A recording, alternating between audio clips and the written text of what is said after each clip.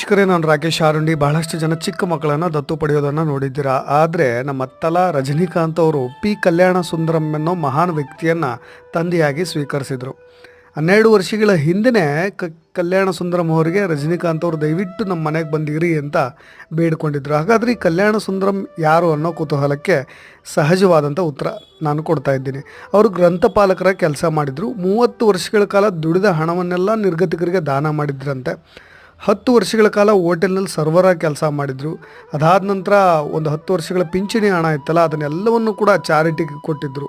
ಅವರಿಗೆ man of the millennium ಅನ್ನೋ ಪ್ರಶಸ್ತಿ ಗೌರವ ಕೊಟ್ಟರು. ಆ ಸಮಾರಂಭದಲ್ಲಿ ರಜನಿಕಾಂತ್ ಅವರು ಇದ್ದರು.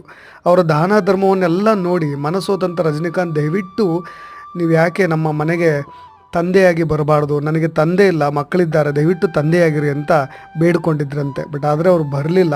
ಆದರೆ ಎಲ್ಲ ಸಮಾರಂಭಗಳಲ್ಲಿ ರಜನಿಕಾಂತ್ ಇದ್ರ ಬಗ್ಗೆನೇ ಹೇಳ್ತಿರ್ತಾರೆ.